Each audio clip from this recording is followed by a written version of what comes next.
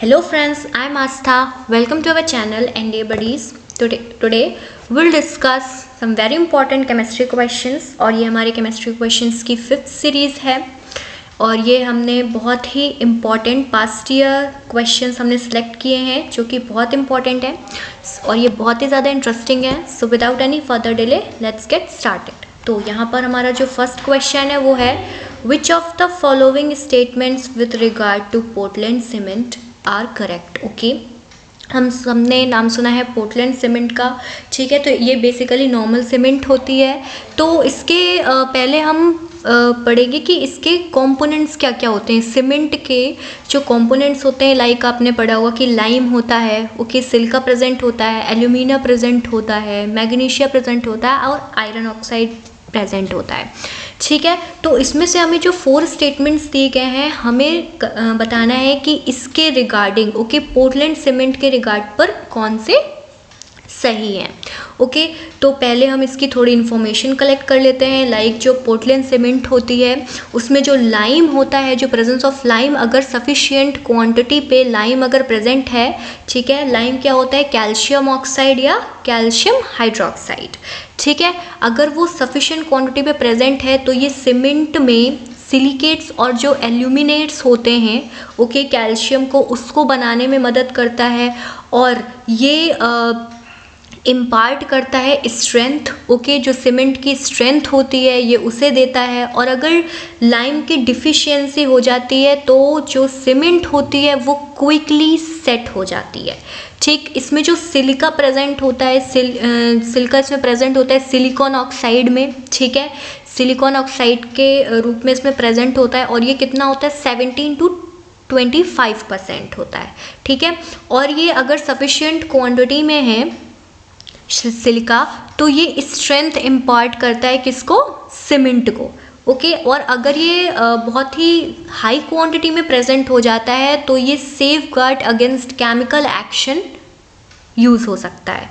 Okay, और इसमें next हमारा जो कंपोनेंट आता है वो होता है एल्यूमिना. अगर इसमें जो एल्यूमिना प्रेजेंट होता है वो एल्यूमिनियम ऑक्साइड के रूप में प्रेजेंट होता है और ये 3 to 8% होता है सीमेंट में और ये इसको क्विक सेटलिंग की प्रॉपर्टी देता है कि ये क्या हो जाता है, ये क्विक सेट हो जाती है. ठीक है, और ये जो clinkering temperature is lowered by the presence of requisite quantity of alumina. Okay, और अगर एल्यूमिना की एक्सेस हो जाती है तो ये सीमेंट को क्या कर देता है, वीकेंस कर देता है और इसका जो हीट ऑफ हाइड्रेशन है उसको बढ़ा देता है. ओके, तो अब हम इस इंफॉर्मेशन के बेसिस पर इन स्टेटमेंट्स को चेक करेंगे. तो हमारा फर्स्ट है silica imparts strength to cement. तो यस, इट्स करेक्ट. जो सिलिका होता है वो स्ट्रेंथ देता है. Okay, alumina makes the cement quick setting. Yes, alumina quick setting बनाता है सीमेंट को. और excess of lime increases the strength of cement. No. Calcium sulphate decreases the initial setting time of cement. No. Okay, तो इसमें जो correct है वो statement 1 and statement 2 correct है. ओके, तो यहाँ पर हम अपना सेकेंड ऑप्शन फोर्थ ऑप्शन देख रहे हैं. Option D 1 and 2 will be the correct answer for this question. Now let's move to our next question, that is red phosphorus is used in the manufacture of safety matches. Okay, आपने matches के नाम सुने होंगे, safety matches. Okay, हम सब इनको daily life में use करते हैं किसी भी चीज़ को क्या इग्नाइट करने के लिए. तो इसमें जो आप मैच में देखते हैं कि ऊपर एक रेड कलर का एक कंपोनेंट होता है. ओके, कंपाउंड लगा होता है. तो basically it's nothing but red phosphorus. Okay, red phosphorus use किया जाता है. क्यों? क्योंकि इसका जो इग्निशन टेम्परेचर होता है वो काफ़ी लो होता है. ओके, और ये स्टेबिलिटी शो करता है. ओके, ये एलोट्रॉपली क्या होता है, स्टेबल होता है रिलेटिवली. किसके रिलेटिवली? वाइट फॉस्फोरस के रिलेटिवली. ओके, जो अदर फॉस्फोरस होते हैं उनसे ये ज़्यादा क्या होता है, स्टेबल होता है. इसलिए हम इसको क्यों यूज़ करते हैं, कहाँ पर यूज़ करते हैं, सेफ्टी मैचेस बनाने में. तो यहाँ पर हम देख सकते हैं option B will be the correct answer for this question because at ordinary temperature, ठीक है, ये यूज़ होता है और it is less reactive than other varieties of phosphorus. और ये जो दूसरे फॉस्फोरस होते हैं उनसे कम रिएक्टिव होता है. Okay, now let's move to our next question, that is okay हमें यहाँ पर हमारे नेक्स्ट क्वेश्चन में मैचिंग है और यहाँ पे एक्सपोनेंट दिए गए हैं और यहाँ पे लॉज दिए गए हैं। ओके तो बेसिकली ये साइंटिस्ट्स हैं और कौन से साइंटिस्ट ने कौन सा लॉ दिया हुआ है हमें यहाँ पर ये मैच करना है। तो हमारा यहाँ पर फर्स्ट लॉ है law of definite proportion by volume. तो यहाँ पर एक्चुअली यहाँ पे राइटिंग मिस्टेक है बिकॉज यहाँ पे हाफ इसका हिस्सा यहाँ पर आ गया है। ठीक है तो बेसिकली जो law of definite proportion of volume है ये होता क्या है। ठीक है तो ये हमें बताता है कि अगर जो केमिकल सब्सटेंसेस हैं ठीक है always contain the same elements combined in a fixed proportion. ठीक है बाय वॉल्यूम अगर वो किसी से आपस में कंबाइन हो रहे हैं केमिकल सब्सटेंसेस तो हमेशा वो क्या फिक्स्ड प्रपोर्शन में कंबाइंड होंगे। ओके उनका जो कॉम्बिनेशन होगा वो कैसा होगा फिक्स्ड होगा। ओके तो इसे हम लॉ ऑफ कंबाइनिंग वॉल्यूम्स भी बोलते हैं और ये हमें दिया था जॉब्स लुइस गै-लुसैक ने। ओके किसने दिया था जॉब्स लुइस गै-लुसैक ने दिया था। कौन सा लॉ दिया था law of definite proportion by volume. Okay तो जो हमारा नेक्स्ट है नेक्स्ट कौन सा लॉ है हमारा लॉ ऑफ मल्टीपल प्रपोर्शन। अब बेसिकली जो लॉ ऑफ मल्टीपल प्रपोर्शन होता है ये क्या होता है it states that when two elements combine with each other to form more than one compound। Okay जब टू एलिमेंट्स एक दूसरे से कंबाइन होते हैं एक या एक से अधिक कंपाउंड बनाने के लिए तो वेट ऑफ जो वन एलिमेंट होता है ठीक है जो वेट ऑफ वन एलिमेंट होता है वो दूसरे के फिक्स्ड वेट से कंबाइन होता है। ठीक है और उनका जो रेशियो होता है वो स्मॉल होल नंबर्स होता है। कितने रेशियो में कंबाइन होते हैं वो लोग स्मॉल होल नंबर्स के रेशियो में कंबाइन होते हैं। ठीक है तो इसे हम कौन सा लॉ कहते हैं इसे हम लॉ ऑफ मल्टीपल प्रपोर्शन बोलते हैं और हमें ये लॉ किसने दिया था जॉन डाल्टन ने दिया था। ओके तो ऑप्शन ए से ये मैच होगा। नाउ अब हमारा नेक्स्ट लॉ कौन सा है नेक्स्ट है हमारा law of definite proportion by weight. तो ये भी सेम है हमारा law of definite proportion by volume. इसमें बस क्या हो जाते हैं जो हमारे कंपाउंड्स एक दूसरे से कंबाइन करते हैं वो उनका जो वेट क्या होता है एक दूसरे के प्रोपोर्शनल होता है। ओके फिक्स्ड वेट पे वो लोग क्या होते हैं जुड़ते हैं। तो ये हमें किसने दिया था जॉब्स प्राउट्स ने दिया था। Okay so option B. Now अब हमारा क्या बचा अब हमारे बच्चा law of conservation of mass. तो ये हमें सबको पता है कि law of conservation of mass क्या होता है। बेसिकली इट्स नथिंग इसका मतलब ये होता है कि जो मास होता है हम ना ही उसको क्या कर सकते हैं बना सकते हैं और ना ही उसको डिस्ट्रॉय कर सकते हैं। ओके तो ये हमें किसने दिया था एंटोनी लिवोसियर ने दिया था। तो ये ऑप्शन सी से मैच होगा। यहाँ पर हम देख रहे हैं कि जो हमारा option A will be the correct answer for this question। okay now let's move to our next question which is which one of the following statements is not correct। okay हमें इनमें से बताना है कि कौन सा स्टेटमेंट करेक्ट नहीं है।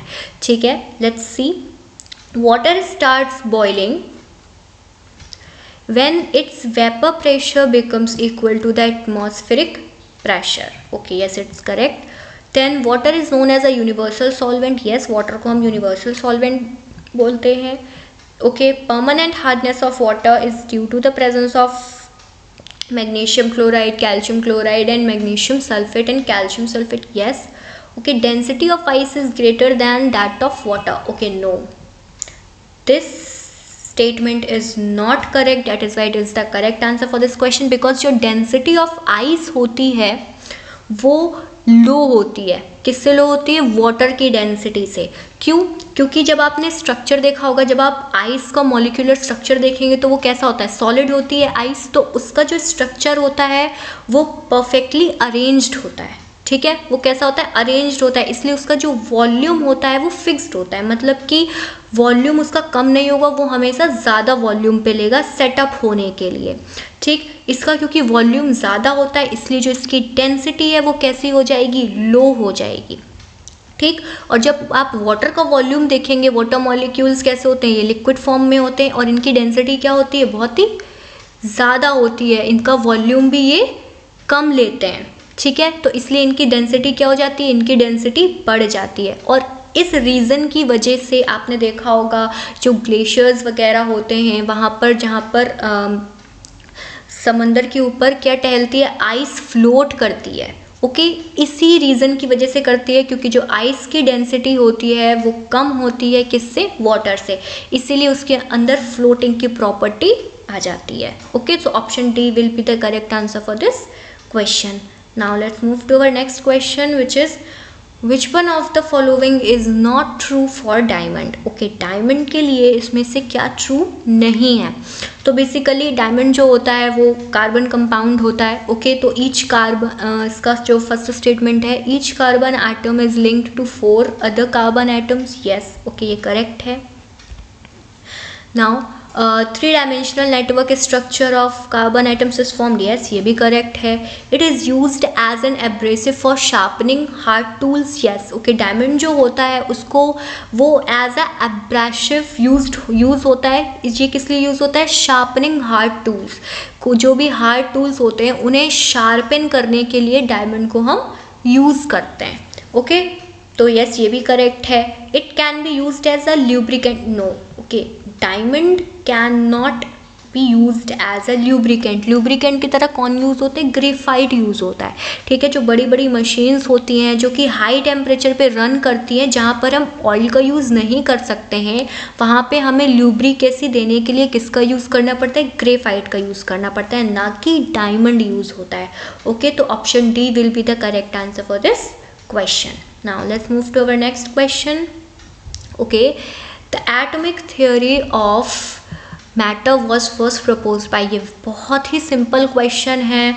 जो हमारी फर्स्ट थियोरी दी गई थी अबाउट एटम्स, वो किसने दी थी हमें, ऑफ कोर्स जॉन डाल्टन ने दी थी। और ये बेसिकली जो थियोरी है ये बोलती क्या है, ये 3 पार्ट्स में डिवाइडेड है। इसका जो फर्स्ट पार्ट है वो ये बोलता है कि जो जितने भी मैटर है is made up of atoms. वो किससे बना हुआ है, छोटे छोटे एटम्स से बना हुआ है। ठीक है, जो कि कैसे हैं, इंडिविजुअल।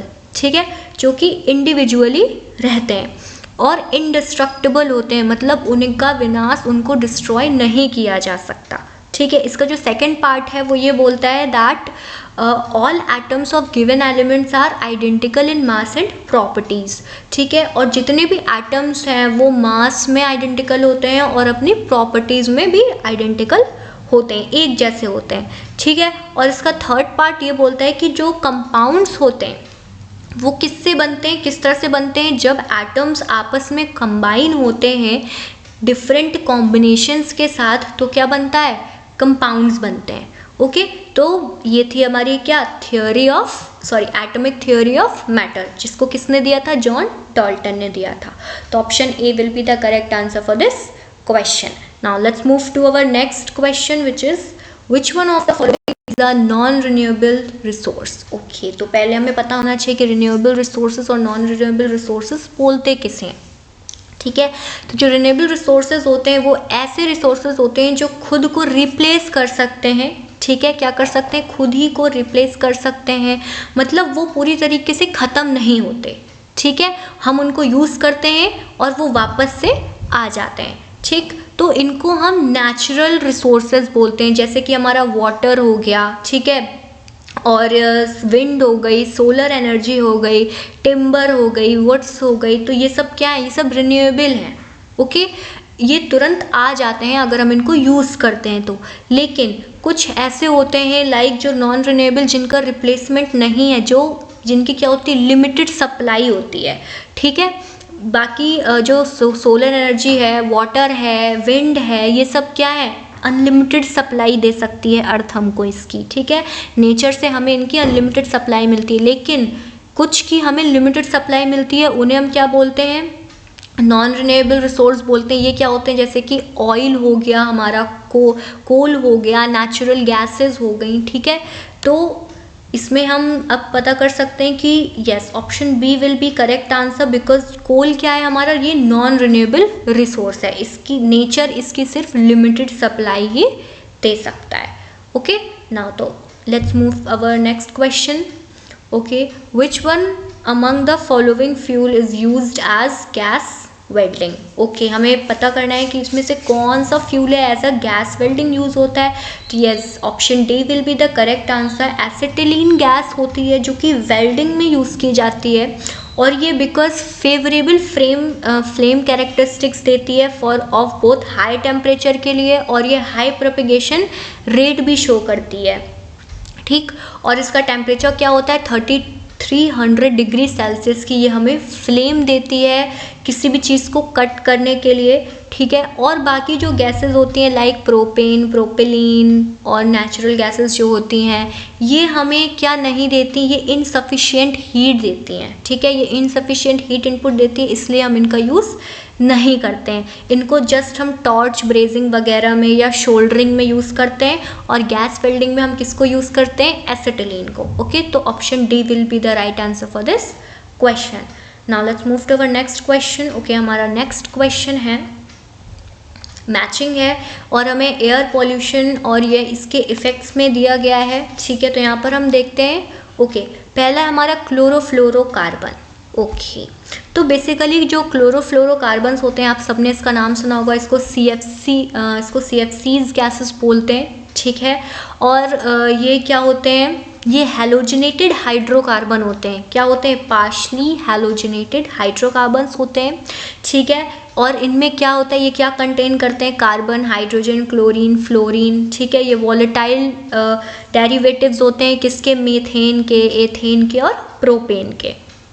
ठीक, तो बेसिकली हमें पता है कि ये नॉन फ्लेमेबल होते हैं और ये नॉन टॉक्सिक होते हैं, लेकिन ये किसके लिए टॉक्सिक होते हैं, ये ओजोन लेयर के लिए बहुत ही ज़्यादा क्या होते हैं, डेंजरस होते हैं।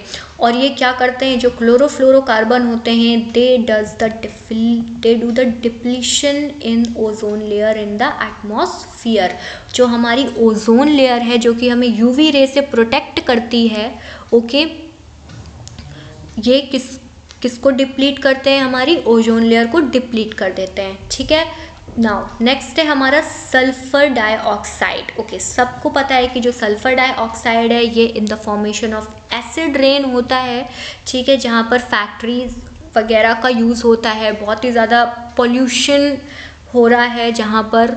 ओके, तो वहाँ की एयर में क्या होता है, जो सल्फर डाइऑक्साइड और नाइट्रोजन ऑक्साइड्स होते हैं, ये बहुत ही ज़्यादा एयर में मिक्सअप हो जाते हैं, और फिर उसमें जो क्या होती है, वाटर वेपर के साथ जो एयर में वाटर प्रेजेंट होता है, या फिर जब बारिश होती है तो ये उसके साथ मिक्सअप होकर, ओके, ऑक्सीजन के साथ मिक्सअप होकर केमिकल रिएक्शन फॉर्म करते हैं।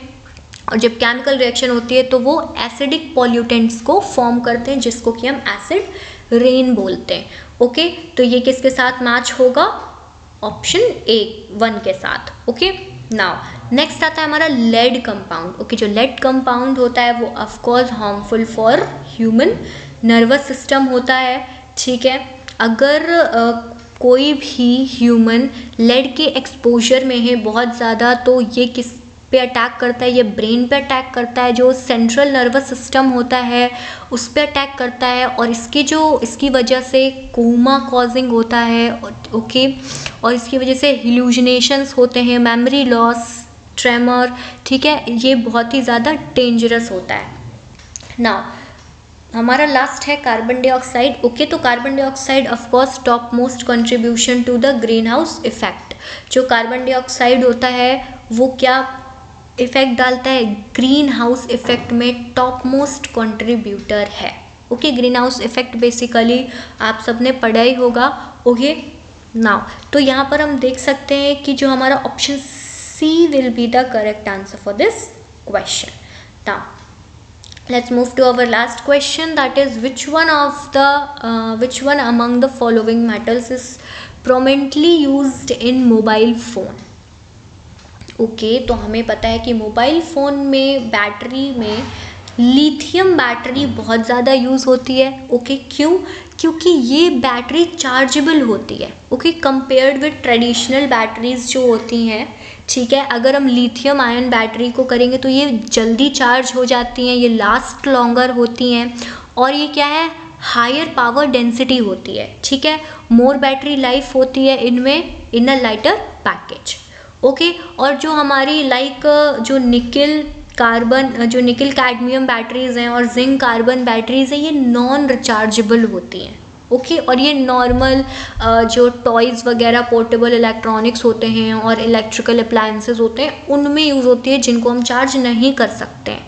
ओके फ़ोन को क्या है, हम चार्ज कर सकते हैं, that is why lithium batteries इसमें यूज़ होती हैं। क्यों? क्योंकि ये चार्जेबल होती हैं। Okay so option D will be the correct answer for this question.